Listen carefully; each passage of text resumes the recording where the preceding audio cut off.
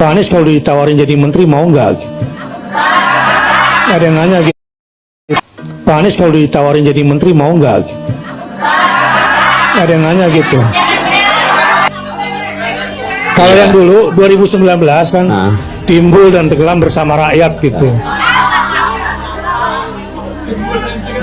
Timbul dan tenggelam bersama rakyat, kemudian oh ternyata menjadi menteri, maksud gitu ya.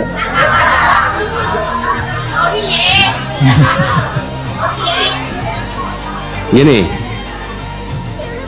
memangnya pilpresnya udah selesai? Belum. Gimana kalau kita yang nawarin, Ustaz? Ya, good. Gimana kalau kita yang nawarin? Nah, ini bagus, mantap ini. Ya, yang kedua, ya mungkin yang mau itu karena belum pernah, Ustaz. Oh, belum pernah ngalamin gitu ya. Kalau udah ya udahlah. Kalau udah mah udah ya. Udah tahu lah gitu. Udah tahu ya. Tapi menurut saya gini, ini semua sedang dalam proses. Karena sedang dalam proses, jangan kita mendahului. Iya. Dengan mengambil kesimpulan berdasarkan apa yang disampaikan oleh sebagian orang, termasuk pembentuk opini. Terutama apa? Terutama menyangkut penyelenggaraannya. Yang tadi saya katakan, kalau kita tahu bahwa tadi malam kita minum minuman manis, terus keluar hasilnya kita mengandung diabetes, kemudian kita bikin treatment yang akhirnya tidak sesuai dengan kenyataan kita, mah itu masalah tuh. Jadi kita tunggu waktu, kita lihat hasil nanti. Jadi apapun nanti secara jumlah itu adalah orang-orang yang bisa diharapkan untuk menjaga perubahan di Republik ini. Karena ini yang tak bergeming, dikasih imbalan nggak goyang, dikasih tekanan nggak goyang. Inilah yang tidak bertransaksi dengan kepercayaan, nggak bertransaksi dengan kepercayaan, dan ini yang bisa keluar dengan kepala tegak. Jadi saya melihat nanti proses angket, ya mudah-mudahan nanti jalan. Kita sekarang lihat dalam proses itu, insya Allah jalan. Kemudian mudah-mudahan itu nanti akan bisa. Yang perlu kita ingat begini, tujuannya bukan soal membolak-balikan angka. Tujuannya adalah supaya proses yang terjadi di Indonesia itu menjadi diperbaiki. Kan yang susah begini, merasakan jadi korban, habis itu nggak memperbaiki, malah menunggangi. Nah, masalah itu. Loh, betul. Kan kalau sudah pernah merasakan jadi korban, harusnya ini dikoreksi, bukan? Koreksi. Tapi kalau tidak dikoreksi, malah justru repot. Nanti tidak akan pernah berubah Republik ini. Padahal gerakan kita namanya gerakan perubahan. Jadi termasuk dalam kampanye perubahan, cara melakukan pemilunya juga harus dilakukan perubahan. Kalau tidak, nanti ada begitu banyak praktek-praktek anomali seperti ini yang merusak sistem yang kita miliki, ya. Mana prospek hak angket Pak Anies dengan komposisi yang sekarang ini? Apakah optimis, biasa aja, atau pesimis nih? Kalau saya optimis, dan saya optimis begini, dan menurut saya prosesnya akan perlu waktu.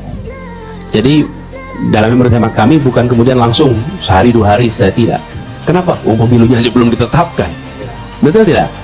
Jadi menurut saya kita harus mendukung partai-partai yang akan melakukan hak angket, didukung, didorong, diapresiasi, dan nggak usah dikirimi dengan pertanyaan-pertanyaan dan fitnah-fitnah, jangan. Karena itulah yang akan menggoyahkan.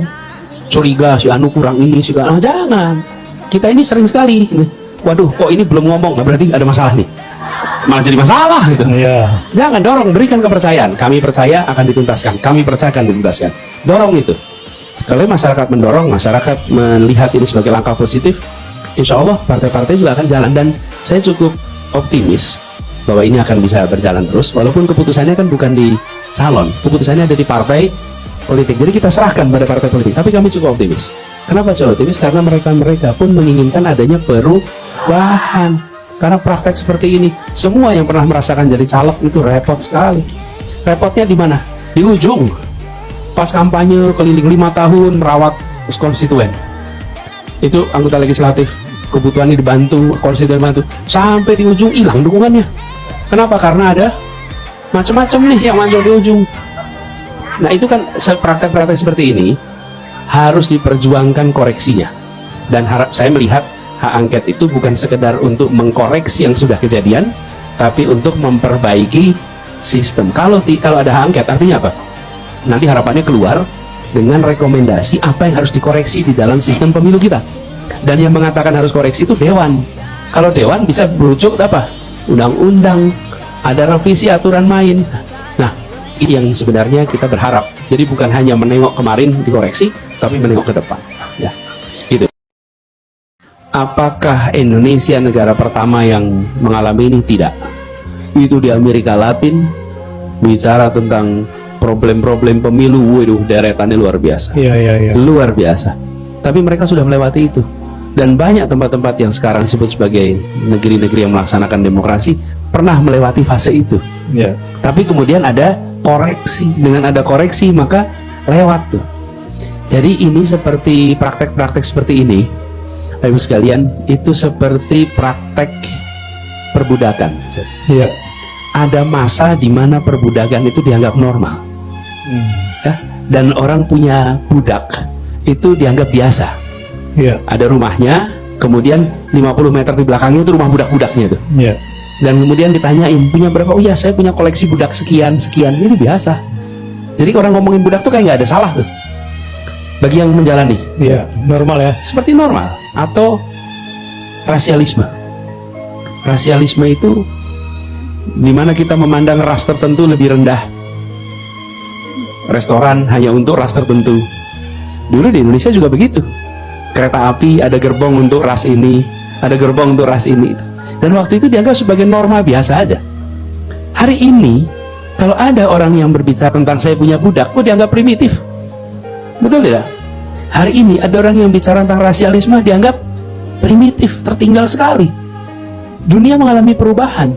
Nah kita jangan sampai dunia sudah meninggalkan praktek-praktek koruptif, termasuk koruptif dalam pemilu, kita melaksanakan itu tanpa sadar ini sudah ditinggalkan. Iya. Ditinggalkan. Nah ini yang saya katakan tadi, kalau kita tidak melihat perbandingannya, seakan-akan punya budak itu seperti normal. Dunia sudah berubah. Rasialis itu dianggap normal, udah lewat itu. Nah ini yang harus kita usahakan. Jadi bagi kita semua di sini, saya rasa ada di ruangan ini ingin yang jujur-jujur. Betul kan? Ingin yang adil, ingin yang jujur, ingin yang transparan. Betul ya? Betul. Nah ini harus jangan berhenti berjuang. Jangan berhenti berjuang terus. Dan jangan lelah. Jangan lelah.